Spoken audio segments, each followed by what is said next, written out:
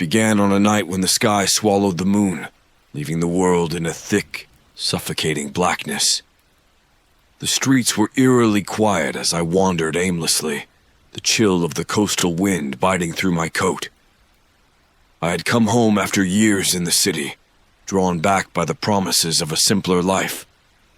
But simplicity breeds restlessness, and restlessness had me pacing the cobblestones that night, seeking something. That's when I saw it. A narrow building wedged between two shuttered stores, its crooked frame leaning as if it carried the weight of centuries. I could have sworn it wasn't there before. The sign above the door read, "The Second Chance Emporium," in peeling gold letters. A faint light spilled from its single grimy window, illuminating a collection of peculiar objects on display. A clock frozen at midnight, a brass telescope bent at an unnatural angle, and a ring. The ring called to me. Silver, tarnished with age, its band was etched with a delicate pattern of vines and thorns. It wasn't beautiful exactly, but it was compelling. I found myself standing at the door before I realized my feet had moved. The bell jingled weakly as I entered. Inside, the air was thick with the smell of aged wood and dust. The shelves groaned under the weight of forgotten relics, cracked porcelain dolls, yellowed maps, and jars of something too murky to identify. Behind the counter sat a woman who seemed as old as the shop itself. Her face was pale, lined with wrinkles that ran like cracks across porcelain, and her eyes gleamed unnaturally bright. "Drawn to it, are you?" she rasped, her voice dry as leaves. Before I could respond, she slid the ring from the window display onto the counter. "It's interesting," I said, unsure why I felt compelled to lie. "Special," she corrected. Her lips curved into something that wasn't quite a smile. "It's been waiting for you." I laughed nervously. "What do you mean?" Her answer was a whisper. "The ring chooses its bearer." I should have walked out right then. Instead, I asked, "How much?" $20 for something that looked so unique. I hesitated, a tiny voice in my head screaming for me to leave, but my fingers itched to touch it, to own it. I handed over the money. "Be warned," the woman said, slipping the ring into my palm. Her hand was cold and dry, like old parchment. What it brings cannot be undone. I stepped out into the cold night, the ring now circling my finger. It felt heavier than it should, as if I were carrying more than just metal. The shop's door shut behind me, and when I turned back, the light in the window had gone out. The street was silent once more, but something had changed. I couldn't yet name it, but the night didn't feel empty anymore. It felt crowded. The first night I couldn't sleep. The ring seemed to hum against my finger, a low vibration that crawled up my arm and into my chest. I told myself it was my imagination, that I was just tired. The shopkeeper's cryptic warning replayed in my mind, her strange smile etched into my thoughts. I dismissed it, but unease lingered like a shadow. At 2:14 a.m., I woke to a sound, a faint rustling as if someone was moving through my apartment. My heart thudded in my chest as I strained to listen, the darkness around me pressing in like a living thing. I reached for the lamp, but the bulb flickered and died with a soft pop, plunging me back into blackness. "Is someone there?" I called, hating how my voice trembled. The only answer was silence, thick and suffocating. Then, just as I began to think I'd imagined it, I heard it again. A whisper. It was faint, indistinct, but it was there, coming from the corner of my bedroom. I froze, too terrified to move. The sound grew louder, the whispers blending into one another, rising and falling like a chant just out of reach. My eyes darted toward the corner, but it was too dark to see anything. Slowly, I reached for my phone, fumbling to turn on the flashlight. The beam cut through the darkness, revealing nothing but an empty corner. The whispers stopped. My breath came in ragged gasps as I scanned the room, finding nothing out of place. Yet the unease remained, a gnawing certainty that I wasn't alone. The next day, I tried to shake off the experience. I convinced myself it had been a bad dream, amplified by the strange energy of the ring. But as the day wore on, little things started happening. My coffee cup cracked without warning, spilling its contents across my desk. My phone glitched, refusing to hold a charge. When I stepped outside to get some fresh air, a car screeched to a halt inches from me as I crossed the street. By evening, I couldn't ignore it anymore. Something was wrong. I tried to take the ring off, but it wouldn't budge. No matter how much soap or oil I used, the band seemed fused to my skin. It didn't hurt, but its presence was oppressive, as if it were leeching energy from me. As the sun dipped below the horizon, the whispers returned. They were louder this time, echoing through the walls of my apartment. I followed them, heart pounding, until they led me to my bedroom mirror. In its cracked surface, I saw my reflection, except it wasn't quite right. My face stared back at me, pale and distorted, the eyes sunken and hollow. And then it moved, just a fraction of a second before I did. I stumbled back, my hands shaking, and the whispers ceased once more. But as I turned to leave the room, I heard one final word, clear as a bell and spoken in a voice that was not my own. Stay. And I did, frozen in place, my hand instinctively clutching the cursed ring. I didn't sleep the second night. How could I?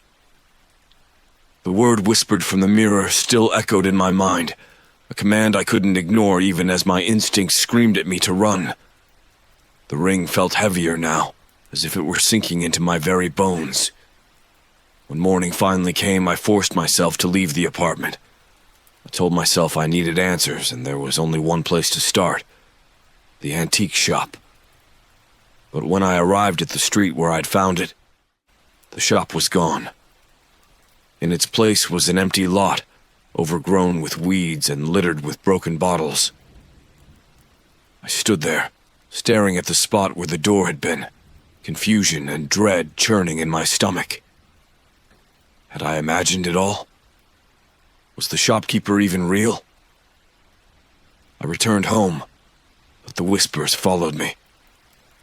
They grew louder as the sun dipped below the horizon, filling the silence with a sinister chorus. I couldn't understand the words, but their tone was unmistakable. Mocking. Hungry.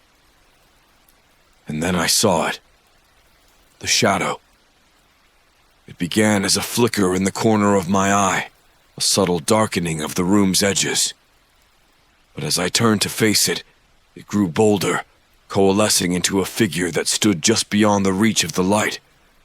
Its form was humanoid but wrong, its limbs too long, its head tilted at an unnatural angle. It didn't move, but its presence was suffocating, a weight pressing down on my chest. I tried to convince myself it was a trick of the light, but the air around it seemed to pulse with malevolence. "Who are you?" I whispered, my voice shaking. The figure didn't answer, but the whispers rose to a deafening pitch, filling my ears until I clamped my hands over them in desperation. My vision blurred, and for a moment I thought I might pass out. When I opened my eyes, the shadow was closer. I stumbled backward, my breath coming in short, panicked gasps. The figure didn't move, yet its proximity felt invasive, as if it were burrowing into my very soul. My hand went instinctively to the ring, tugging at it with all my strength, but it remained stubbornly in place. Desperate, I grabbed my laptop and searched for anything that might explain what was happening. Hours passed as I scoured forums, old articles, and obscure blogs, piecing together fragments of the ring's dark history. It had belonged to a woman named Eleanor Graves, a reclusive occultist who had vanished under mysterious circumstances decades ago.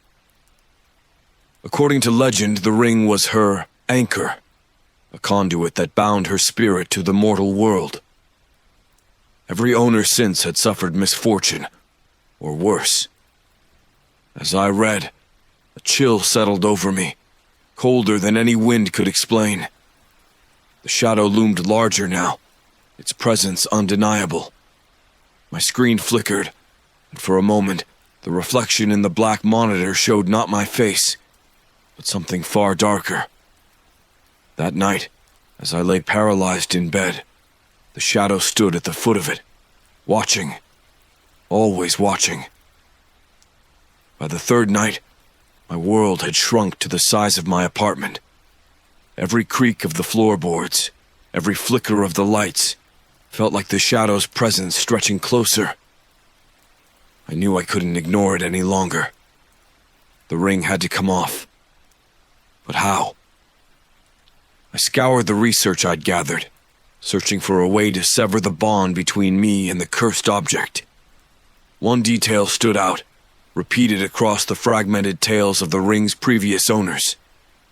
The only way to be free was to return the ring to Eleanor Graves.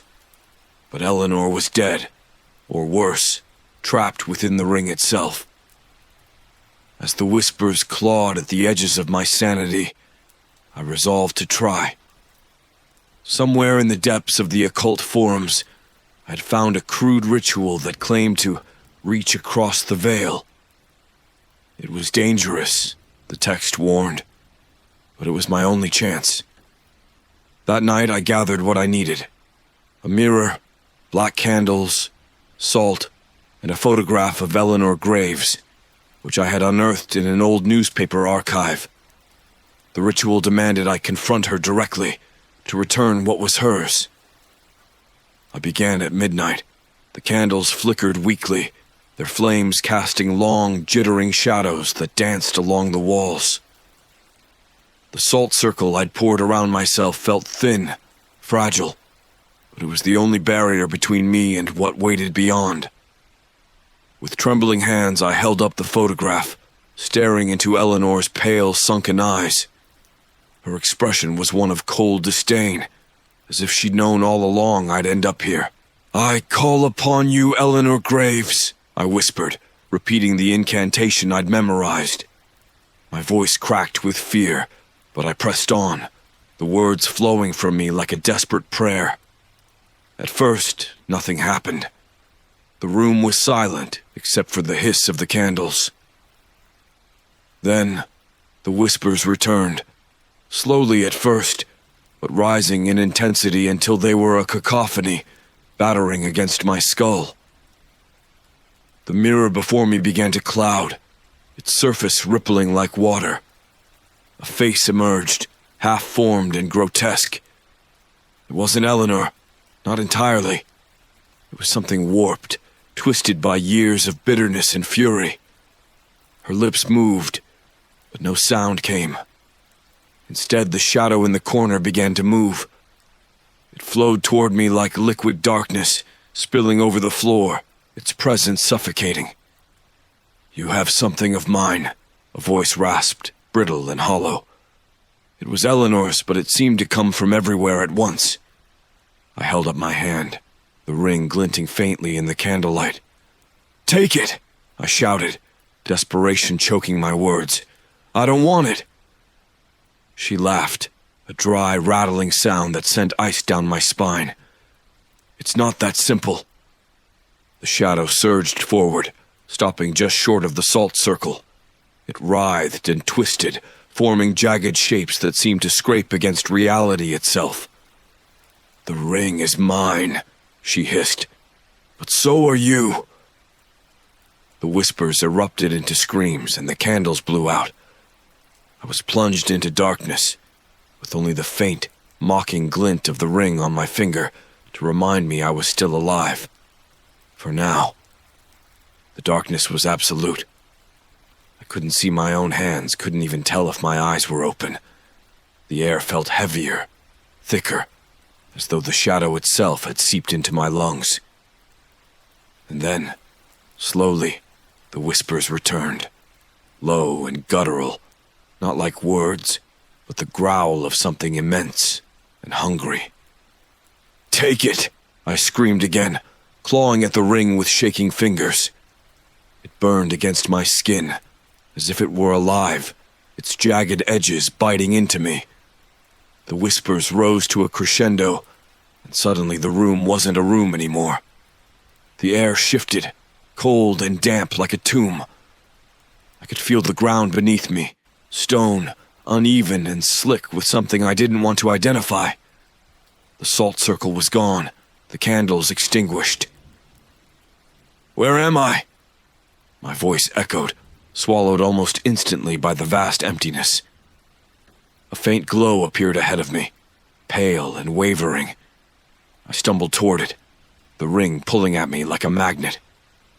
With each step, the whispers grew louder, their cadence forming words I still couldn't understand. The glow resolved into a figure, a woman, her back turned to me, her hair hanging in wet, matted strands. She was dressed in a tattered gown that might have been white once, but was now stained with deep, rust-colored streaks. "Eleanor?" I asked, my voice barely more than a whisper. She turned and my blood ran cold. Her face was hollow, her features sunken as though the flesh had been drained from her bones. Her eyes, empty sockets, stared at me, unblinking. Yet I could feel her gaze, sharp and unrelenting. "You came," she said, her voice an eerie mixture of relief and malice. I held up my hand, the ring glinting faintly in the otherworldly light. "I just want to give it back." Her laugh was sharp, cutting through the whispers. "Give it back?" she repeated mockingly. "You think it's that simple?" I backed away, the oppressive weight of her presence driving me to the edge of panic. "What do you want from me?" "I want what's owed," she hissed, her skeletal hand reaching toward me. "The ring binds us now, and you'll carry it until your end, or until you bring me another." "Another?" The words sank in slowly, their meaning chilling me to my core. "You want me to pass it on?" I realized. Eleanor nodded, her grotesque smile widening. "The ring must always have a bearer." The whispers surged, becoming screams, and the ground beneath me began to tremble. Shadows crawled toward me, their tendrils snaking up my legs. "No," I whispered, shaking my head. "I won't do it."